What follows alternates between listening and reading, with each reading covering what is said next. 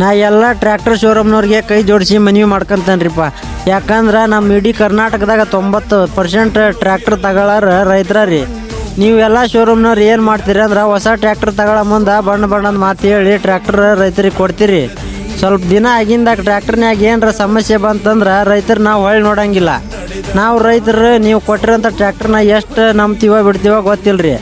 ಆದ್ರೆ ಶೋರೂಮ್ನವ್ರನ್ನ ಭಾಳ ನಂಬಿರ್ತೀವಿ. ಆದ್ರೆ ರೈತರಿಗೆ ನೀವೇನು ಮಾಡ್ತೀರಿ ಅಂದ್ರೆ ಹೊಸ ಗಾಡಿ ಕೊಡೋ ಮುಂದೆ ನಮ್ಮ ಟ್ರ್ಯಾಕ್ಟರ್ ತಗೋರಿ, ನಾವೇನಾರು ರಿಪೇರಿ ಬಂತಂದ್ರೆ ವಾರಂಟಿ ಒಳಗೆ ಮಾಡಿಕೊಡ್ತೀವಿ ಅಂತೀರಿ. ಆದ್ರೆ ಟ್ರ್ಯಾಕ್ಟರ್ ರಿಪೇರಿ ಬಂದಾಗ ಶೋರೂಮ್ಗೆ ಹೋದ್ವಿ ಅಂದ್ರೆ ಇದು ವಾರಂಟಿ ಒಳಗೆ ಬರೋಂಗಿಲ್ಲ ಅಂತೀರಿ.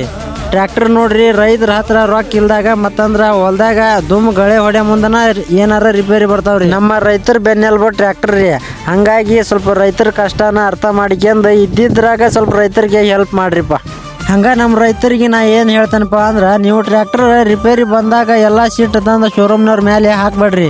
ರೈತರು ಏನು ಮಾಡ್ತಾರಂದ್ರೆ ಹೊಸ ಗಾಡಿ ತಗೊಳ್ಳೋ ಮುಂದೆ ಅವ್ರೂಪ್ನ್ಯಾಗ ವಾರಂಟಿ ಒಳಗೆ ಏನೇನು ಬರ್ತೈತಿ ಏನೇನು ಬಿಡ್ತೈತಿ ಅಂತ ಕೇಳಂಗಿಲ್ಲ. ಹಂಗೆ ತಗೊಂಡು ಬಂದುಬಿಡ್ತಾರೆ.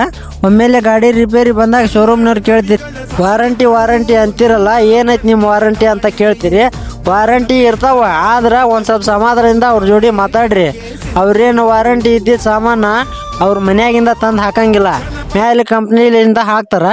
ನಾ ಏನಾರ ಹೇಳಿದ ಮಾತಿನಾಗ ತಪ್ಪಿತ್ತಂದ್ರೆ ಶೋರೂಮ್ನವ್ರಿಗೆ ಆಗಲಿ ರೈತರಿಗೆ ಆಗಲಿ ನಾ ಅವ್ರಿಗೆ ಕ್ಷಮೆ ಕೇಳ್ತೇನ್ರಿಪ್ಪ. ಟೋಟಲ್ ನಮ್ಮ ಗಾಡಿ ಹೈಡ್ರಾಲಿಕ್ ರಿಪೇರಿ ಖರ್ಚು ಎಷ್ಟು ಬಂದೈತಿಪ್ಪ ಅಂದ್ರೆ, ಈ ಸಲ ನೋಡ್ರಿ ನಮ್ಮ ಶೋರೂಮ್ನವ್ರ ಅಂತ ನಮಗೆ ಭಾಳ ಸಪೋರ್ಟ್ ಮಾಡ್ಯಾರ್ರಿ. ಯಾಕಂದ್ರೆ ಏನು ಇದ್ದಿದ್ದು ಹೈಡ್ರಾಲಿಕ್ಕಿನ ಕೆಲಸದ್ದು ಎಲ್ಲ ವಾರಂಟಿ ಒಳಗೆ ಹಾಕಿಕೊಟ್ಟಾರಿಪ್ಪ. ಲೇಬರ್ ಚಾರ್ಜ್ ತೊಂದಿಲ್ಲ, ಏನು ತೊಗೊಂಡಿಲ್ಲ. ಅವ್ರಿಗೆಲ್ಲರಿಗೆ ಒಂದು ಧನ್ಯವಾದ ಹೇಳಕ್ಕೆ ಇಷ್ಟಪಡ್ತಾನೆ ರೀ. ಹಂಗೆ ನಮ್ಮೆಲ್ಲ ರೈತರ ಗಾಡಿನ ಇದೇ ಥರ ಕಾಳಜಿಲಿದ್ದ ಮಾಡಿಕೊಡ್ರಿ ಅಂತಂದು ಕೇಳಕ್ಕೆ ಇಷ್ಟಪಡ್ತಾನೆ ನೋಡ್ರಿಪ್ಪ.